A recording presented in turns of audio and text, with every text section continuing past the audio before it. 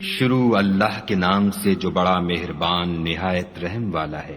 جو مخلوق آسمانوں اور زمین میں ہے خدا کی تسبیح کرتی ہے اور وہ غالب اور حکمت والا ہے۔ آسمانوں اور زمین کی بادشاہی اسی کی ہے، وہی زندہ کرتا اور مارتا ہے اور وہ ہر چیز پر قادر ہے۔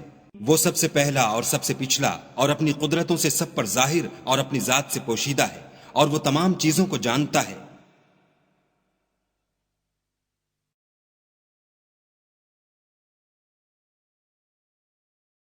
ذات سے پوشیدہ ہے اور وہ تمام چیزوں کو جانتا ہے۔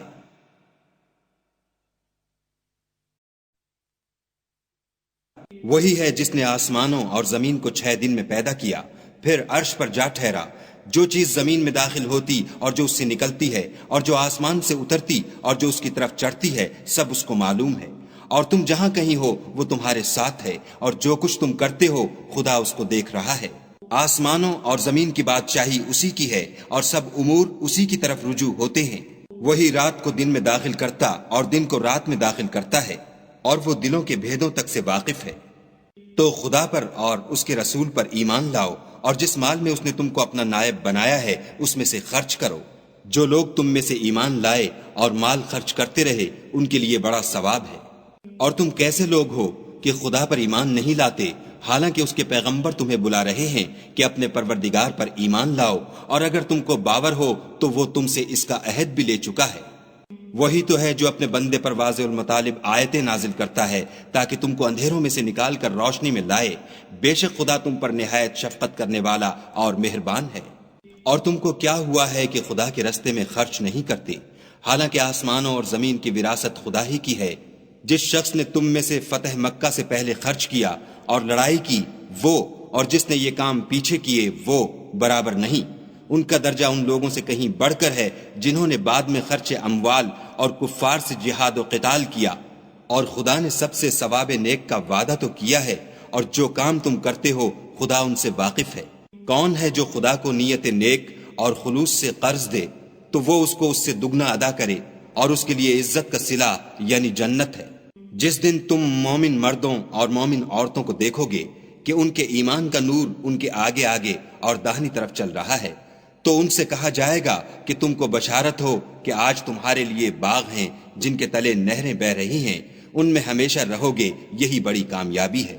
اس دن منافق مرد اور منافق عورتیں مومنوں سے کہیں گے کہ ہماری طرف نظر شفقت کیجئے کہ ہم بھی تمہارے نور سے روشنی حاصل کریں۔ تو ان سے کہا جائے گا کہ پیچھے کو لوٹ جاؤ اور وہاں نور تلاش کرو۔ پھر ان کے بیچ میں ایک دیوار کھڑی کر دی جائے گی جس میں ایک دروازہ ہوگا، جو اس کی جانب اندرونی ہے اس میں تو رحمت ہے، اور جو جانب بیرونی ہے اس طرف عذاب و اذیت۔ تو منافق لوگ مومنوں سے کہیں گے کہ کیا ہم دنیا میں تمہارے ساتھ نہ تھے؟ وہ کہیں گے کیوں نہیں تھے، لیکن تم نے خود اپنے تئیں بلا میں ڈالا اور ہمارے حق میں حوادث کے منتظر رہے اور اسلام میں شک کیا، اور لا طائل آرزوؤں نے تم کو دھوکہ دیا، یہاں تک کہ خدا کا حکم آ پہنچا اور خدا کے بارے میں تم کو شیطان دغاباز دغا دیتا رہا۔ تو آج تم سے معاوضہ نہیں لیا جائے گا اور نہ وہ کافروں ہی سے قبول کیا جائے گا۔ تم سب کا ٹھکانہ دوزخ ہے کہ وہی تمہارے لائق ہے اور وہ بری جگہ ہے۔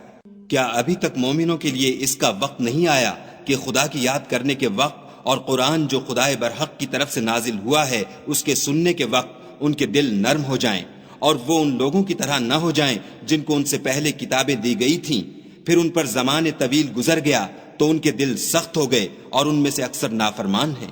جان رکھو کہ خدا ہی زمین کو اس کے مرنے کے بعد زندہ کرتا ہے۔ ہم نے اپنی نشانیاں تم سے کھول کھول کر بیان کر دی ہیں تاکہ تم سمجھو۔ جو لوگ خیرات کرنے والے ہیں، مرد بھی اور عورتیں بھی، اور خدا کو نیت نیک اور خلوص سے قرض دیتے ہیں، ان کو 2 چند ادا کیا جائے گا اور ان کے لیے عزت کا صلہ ہے۔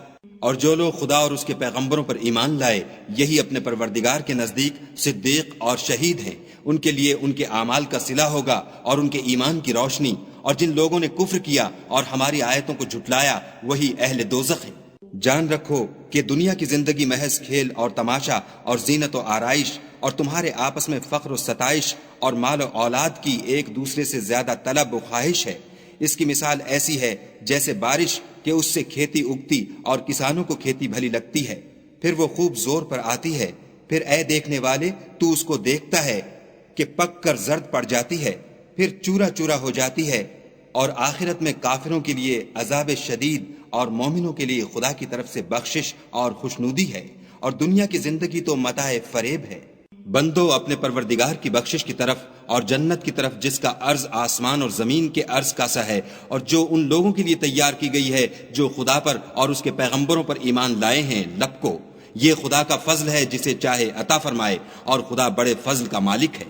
کوئی مصیبت ملک پر اور خود تم پر نہیں پڑتی مگر پیشتر اس کے کہ ہم اس کو پیدا کریں، ایک کتاب میں لکھی ہوئی ہے، اور یہ کام خدا کو آسان ہے، تاکہ جو مطلب تم سے فوت ہو گیا ہو اس کا غم نہ کھایا کرو، اور جو تم کو اس نے دیا ہو اس پر اترایا نہ کرو، اور خدا کسی اترانے اور شیخی بگھارنے والے کو دوست نہیں رکھتا۔ جو خود بھی بخل کریں اور لوگوں کو بھی بخل سکھائیں، اور جو شخص روح گردانی کرے تو خدا بھی بے پرواہ ہے، اور وہی سزاوار حمد و ثنا ہے۔ ہم نے اپنے پیغمبروں کو کھلی نشانیاں دے کر بھیجا، اور ان پر کتابیں نازل کی، اور ترازو یعنی قواعد عدل، تاکہ لوگ انصاف پر قائم رہیں، اور لوہا پیدا کیا، اس میں اسلحہ جنگ کے لحاظ سے خطرہ بھی شدید ہے، اور لوگوں کے لیے فائدے بھی ہیں، اور اس لیے کہ جو لوگ بن دیکھے خدا اور اس کے پیغمبروں کی مدد کرتے ہیں، خدا ان کو معلوم کرے۔ بے شک خدا قوی اور غالب ہے۔ اور ہم نے نوح اور ابراہیم کو پیغمبر بنا کر بھیجا، اور ان کی اولاد میں پیغمبری اور کتاب کے سلسلے کو وقتاً فوقتاً جاری رکھا، تو بعض تو ان میں سے ہدایت پر ہیں اور اکثر ان میں سے خارج از اطاعت ہیں۔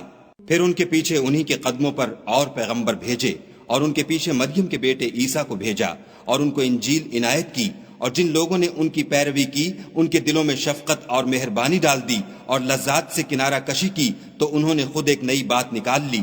ہم نے ان کو اس کا حکم نہیں دیا تھا، مگر انہوں نے اپنے خیال میں خدا کی خوشنودی حاصل کرنے کے لیے آپ ہی ایسا کر لیا تھا، پھر جیسا اس کو نبھانا چاہیے تھا نبھا بھی نہ سکے۔